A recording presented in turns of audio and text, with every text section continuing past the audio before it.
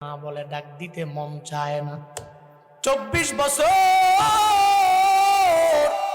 একটানা মায়ের আদর ছাড়া চলতে পারে না। বারবার কানের মধ্যে কান পড়া দেয়। তোমার মায়ের সকাল বেলা আমার একটা ধমক দেয়, দুপুর বেলা আমার ধমক দেয়, রাতের বেলা আমার ধমক দেয়। এই স্বামী আমার, এই মা তোমার বিন্দু মাত্র পরিমাণ উপকার চায় না, তোমার ভালো চায় না। সন্তান ও বিবির মায়ার মধ্যে পড়ে গেল।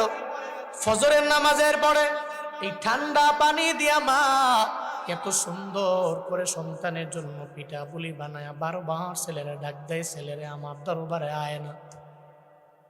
কিন্তু কপাল পোড়া সন্তান মায়ের ডাকে বিন্দু মাত্র পরিমাণ সাড়া দেয় না। দুপুর হয়ে গেল, একটা বারো মারে আম্মা বলে ডাকে না। রাত হয়ে গেল, মারে মা বলে ডাক দেয় না। হঠাৎ করে এমন হয়ে গেল, রাত 12টার পরে মা যখন বিছানার মধ্যে ঘুমায়া গেল, মা ঘুম থেকে জেগে চোখের পানি ফালায়া ফালায়া ফালায়া বিন বিনায়া গুনায়া গুনায়া কান্না করে।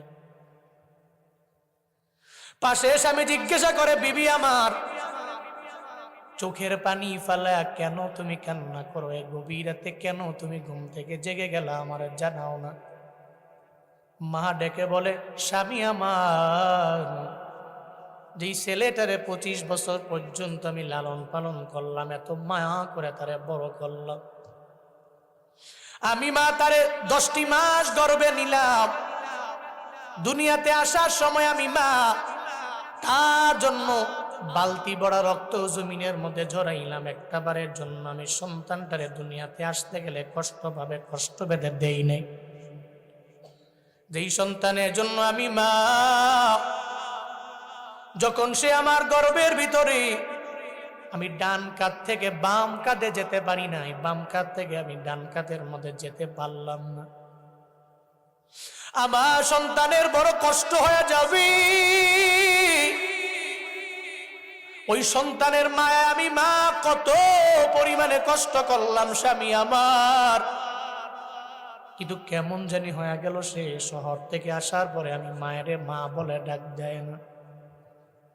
আমি মা কি তার কাছে টাকা চাই, নাকি বাড়ি চাই, নাকি গাড়ি চাই? কিচ্ছু চাই না। আমি মা, আমার একটা বার আম্মা বলে যদি ডাক দেয়, আমার মনে হয় আমার জীবনের সব পাওয়া এই মায়ের ডাকের মধ্যে আছে।